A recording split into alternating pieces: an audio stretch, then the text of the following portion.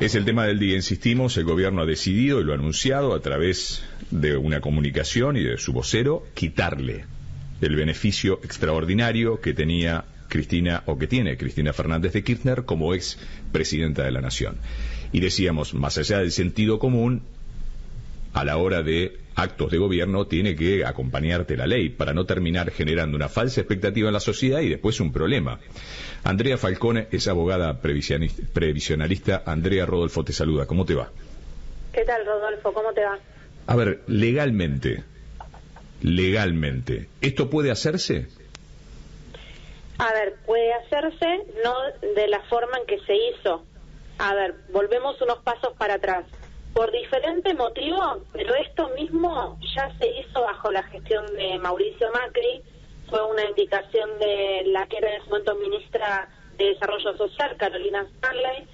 La ANSES dio de baja la pensión por entender que no era compatible cobrar asignación por expresidente y pensión de expresidente.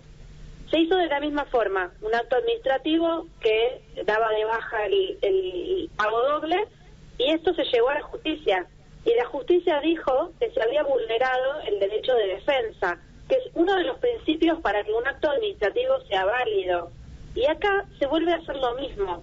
Es la ANSES la que decide dar de baja, en este caso, los dos beneficios, por entender que al haber un doble conforme, es decir, dos tribunales de diferente instancia que la condenan, entonces el criterio de honor que se requiere en las asignaciones por presidente no estaría cumplido. Pero se vuelve a repetir la misma forma. Entonces no se la notifica para que ella se pueda defender y producir prueba, y en todo caso después se tome la determinación que si ella no está de acuerdo podrá apelarla. Pero la forma en que se hace, de nuevo será atacado judicialmente por la misma vía y con el mismo resultado. O sea, debería abrirse una instancia donde la expresidenta pueda defenderse y defender el gobierno los argumentos del por qué, pero quedaría sólida la decisión. Así queda endeble. Exacto, porque es como, esto pasa también con haberes previsionales de cualquier jubilado de a pie que pueda estar escuchándonos. Cuando se considera que está mal pago o que no corresponde ese pago, primero lo notifica al jubilado. El jubilado presenta un escrito defendiéndose y después la ANSES toma una decisión. Y si el jubilado no está de acuerdo con esa decisión, puede presentarse en queja o puede ir a los tribunales de seguridad social y reclamar judicialmente. Pero hay una instancia de notificación y de ejercicio del derecho de defensa. En este caso, igual que sucedió bajo la gestión de Mauricio Macri, se da la baja en forma intempestiva sin ese espacio de ejercicio del derecho de defensa. No estamos hablando del tema del fondo de la cuestión. Claro, no es si resulta justo o no. Estamos hablando de hacerlo bien en todo caso para que sea efectivo, para que tenga un soporte legal. Exactamente, podemos poner sobre la mesa si es justo o no que los expresidentes cobren asignaciones millonarias, si es justo o no que cobre dos beneficios, si es justo o no que lo haga estando condenada por corrupción. Todo eso es válida, esa discusión, pero siempre hay que hacerlo en el orden de como manda la ley de procedimientos administrativos para que ese acto sea válido. Pero, a ver, esa ley, por ejemplo, dice que si alguien vive en el exterior, no debería cobrar. Y sí. María Estela Martínez de Perón está cobrando. Exacto, porque las leyes siempre tiene que haber una autoridad que las ejecute. Entonces, en algún momento se tiene que tomar, la ANSES debería tomar este registro y determinar que si expresamente se determina que se puede cobrar en la medida en que uno vive en el país y ella no vive en el país, ese beneficio se debería suspender. Pero bueno, eso es algo que la ANSES debería ejercer. En este caso, por ejemplo, la ANSES está determinando que como tiene un doble conforme, una doble condena por corrupción, criterio de honor no estaría cumplido, por ende no le correspondería seguir cobrando. Perfecto, pueden plantearlo, siempre por la vía que corresponda y de la forma que corresponde.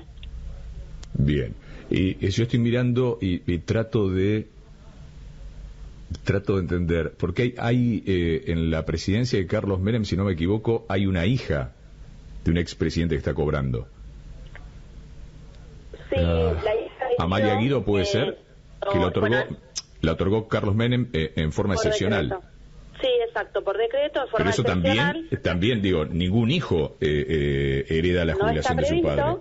Exacto, no está previsto, se hizo una excepción que en este momento no se le puede quitar porque, digamos, es un concepto de derecho adquirido y porque lo está cobrando hace como 50 años, pero en definitiva fue una excepción que no correspondía, no estaba previsto en la ley que por ser hija soltera te corresponda una pensión. Bueno, sobre todo porque lo vemos ahora 50 años después y decimos no tiene ningún sentido porque, bueno, no es una discapacidad ser soltera, ¿no? ¿Cuándo recuperó, después de la quita que había hecho el gobierno de Macri, cuándo recuperó, recordás, el privilegio Cristina Fernández de Kirchner? Lo recuperó en 2020. Después de asumir ella como vicepresidenta. Claro, en realidad porque cambia la titularidad de la ANSES. Claro, la ANSES opina distinto, cambia el titular y dice, no, a nosotros nos parece bárbaro. A ver, ¿por qué te lo pregunto? En realidad fue un poco distinto. O sea, estaba el expediente judicial, los tribunales resuelven que se había vulnerado el derecho de defensa y por ende el acto no era válido y la ANSES no apela. Entonces queda firme la sentencia.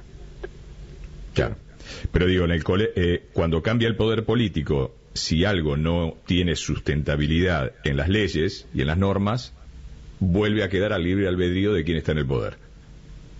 Siempre, digamos, por eso está la justicia, que es como el poder que va a ejercer el control sobre los actos del poder ejecutivo. Entonces, la justicia, el problema que tiene es que es lenta para los jubilados y es lenta para este tipo de cuestiones. Sí, claro. Pero bueno, obviamente cuando cambió la titularidad de ANSES y volvió a ser bandera kirchnerista, que en ese momento estaba Raberta, lo que hicieron simplemente fue no apelar y fue una orden de Raberta a sus abogados de ANSES porque los abogados no pueden tomar esa decisión porque tienen cargo patrimonial y tienen la obligación de apelar. Con lo cual fue una decisión de ella firmada en una resolución donde ella le instruye a los abogados de ANSES de efectivamente que no presentara la apelación. Y ahí quedó firme. Un aprendizaje hubiese sido recorrer ese camino en una forma distinta, en este caso, notificarla desde ANSES de la apertura de este expediente donde se le va a evaluar si corresponde o no que siga cobrando, que ella presente su defensa y en todo caso la ANSES, como hacen todo el resto de los casos, emite una resolución administrativa bien fundada y eso en todo caso sería atacado en la justicia, pero no por invalidez del procedimiento. ¿Puedo meter una pregunta? Sí, sí. La cuestión es esta, porque ya hay una cosa juzgada acá, ¿no es cierto? Ya sucedió. Ahora, en realidad es distinto, porque en ese momento se planteó que no era compatible cobrar pensión y jubilación, y en este caso se está haciendo porque no cumple el criterio de honor por haber sido condenada por corrupción con doble conforme. Por eso te iba a preguntar, digamos, esto va a dar lugar seguramente a una demanda judicial. Absolutamente. Y entonces hay una nueva oportunidad, pero se va a decidir a la luz de un nuevo elemento que es precisamente que esa jubilación está otorgada en virtud del honor y el mérito, así dice la norma. Yo no vimos el comunicado de Adorni por escrito, no vimos la resolución de ANSES todavía publicada, están a tiempo de enderezarlo y de emitir una notificación de la apertura de un expediente. Porque si continúan por la vía de lo damos de baja, lo que va a pasar es que se va a presentar en la justicia después va a decir que es inválido, que hay que pagarle retroactivo, devolverle el pago, y que en todo caso vuelvan a hacer toda la gestión del expediente administrativo como corresponde. O sea, vos decís que todavía al no conocer, claro, tenemos el comunicado, la información, no tenemos todavía el detalle de cómo lo hicieron. De baja, o sea, como un hecho. No dice vamos a abrir un expediente para, dice ANSES da de baja. Por eso digo que están a tiempo de reflexionar, visto que así no va a funcionar como está planteado. Y te hago una consulta, la última, Andrea. En el caso de Vudú, que fue condenado, y también por delitos cometidos en el ejercicio de su función. Sí. ¿Se podría dar de baja también esa jubilación? ¿O alguien podría decir, yo ya cumplió la condena? No, sí. Deberían hacerlo de la misma forma, notificarlo de apertura de un expediente que consideran que no corresponde y en todo caso evaluar los años a seguir. Pero creo que tampoco está firme esa sentencia. Creo que todavía hay apelaciones dando vueltas. Y en la Argentina podés apelar hasta que te mueras, entonces. Sí, sobre todo porque ahora hay un cuestionamiento sobre si firme se considera la Corte o firme se considera organismos internacionales, con lo cual ahí estaría eterno, ¿no? Y después va a estar el Tribunal de la Luna, ¿no? Y van a seguir así, y los giles todos, claro, Elon Musk lo va a abrir, y todos los giles van sopre por cualquier cosa, y ellos siguen dando vuelta entre nosotros. Andrea, te agradecemos muchísimo tu tiempo, tu sinceridad y tu sabiduría para entender más allá de lo que puede generar. Che, ¿cómo es? Pues ahora vamos a leer mensajes. Pero ¿cómo? Si ya, digo, es lo legal, lo que corresponde y hacer las cosas bien, para que sean sólidas. Te agradecemos mucho, Andrea. No, por favor, hasta luego. Andrea Falcone, abogada previsionalista.